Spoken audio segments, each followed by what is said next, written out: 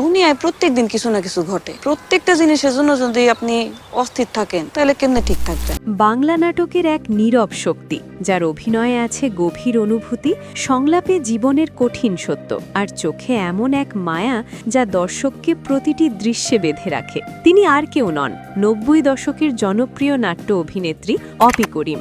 একসময় যার প্রাণবন্ত হাসি আর সাধারণ সৌন্দর্য কেড়ে নিয়েছিল লাখো তরুণের ঘুম। আজ আমরা জানব অভিনয় জগতের এই গুণী শিল্পীর বর্ণিল পথচলার গল্প। অপি করিমের জন্ম ১৯৭৯ সালের ১ মে। কিন্তু আপনি কি জানেন, মাত্র ২.৫ বছর বয়সেই তিনি টেলিভিশন পর্দায় সবাইকে তাক লাগিয়ে দিয়েছিলেন। জনপ্রিয় নাটক সকাল সন্ধ্যার পারুল চরিত্রে অভিনয়ের মাধ্যমে তার হাতেখড়ি।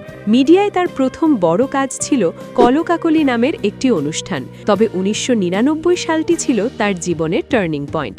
লাক্স ফটোজেনিক প্রতিযোগিতায় বিজয়ী হওয়ার পর মডেলিং আর অভিনয় জগতে তার রাজকীয় পথচলা শুরু হয়। সুন্দর বলতে আপনি কি বোঝেন বলেন তো? মানে এই যে লম্বা, ফর্সা, সুন্দর ফিগার। টিভি নাটকে তার নিয়মিত অভিনয় শুরু হয় ১৯৯৯ সালে তেপান্তরের রূপকথা টেলিফিল্মের মাধ্যমে। তবে অপি করিমকে জনপ্রিয়তার শিখরে পৌঁছে দেয় মোস্তফা সরওয়ার ফারুকীর জনপ্রিয় ধারাবাহিক ৫১বর্তী। সেখানে শিউলি চরিত্রটি আজও দর্শকদের হৃদয়ে সতেজ। মঞ্চ নাটকেও তিনি সমানভাবে উজ্জ্বল। রবীন্দ্রনাথের রক্তকরবী নাটকের নন্দিনী চরিত্রে তার অভিনয় আজও নাট্যপ্রেমীদের কাছে এক অনন্য উদাহরণ। আমার প্রফেশন নিয়ে একটা বাজে কথা বলবা না। আমার প্রফেশন খুবই ভালো প্রফেশন। অপি করিম মানেই মানসম্মত কাজ।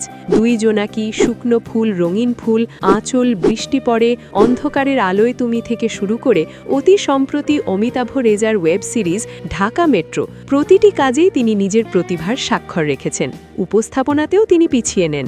আমার আমি এবং অফিস গ্লোয়িং চেয়ারের মাধ্যমে তিনি প্রমাণ করেছেন উপস্থাপিকা হিসেবেও তিনি কতটা অনন্য। ২০০৪ সালে মোস্তফা সরওয়ার ফারুকীর ব্যাচেলার চলচ্চিত্রের মাধ্যমে রূপালী পর্দায় তার অভিষেক হয়, আর প্রথম ছবিতেই তিনি বাজিমাত করেন, জিতে নেন শ্রেষ্ঠ অভিনেত্রীর জাতীয় চলচ্চিত্র পুরস্কার।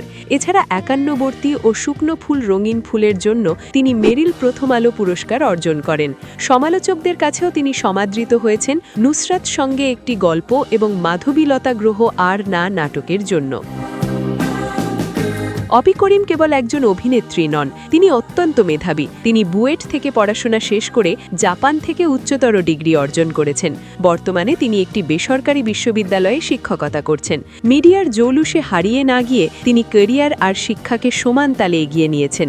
ব্যক্তিজীবনে নানা চড়াই উতরাই পেরিয়ে তিনি এখন ঘর বেঁধেছেন জনপ্রিয় নির্মাতা এনামুল করিম নির্ঝরের সঙ্গে। তাদের ঘর আলো করে এসেছে একমাত্র কন্যা রশনি রুয়াইদা করিম।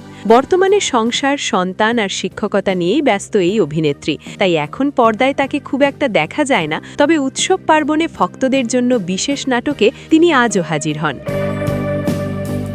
অপি করিম মানেই একরাশ স্নিগ্ধতা। বাংলা নাটকের ইতিহাসে তিনি এক উজ্জ্বল নক্ষত্র হয়ে থাকবেন। সবার প্রিয় অপি করিম অভিনীত কোন নাটকটি আপনার সবচেয়ে বেশি মনে পড়ে? কমেন্ট করে আমাদের জানাবেন।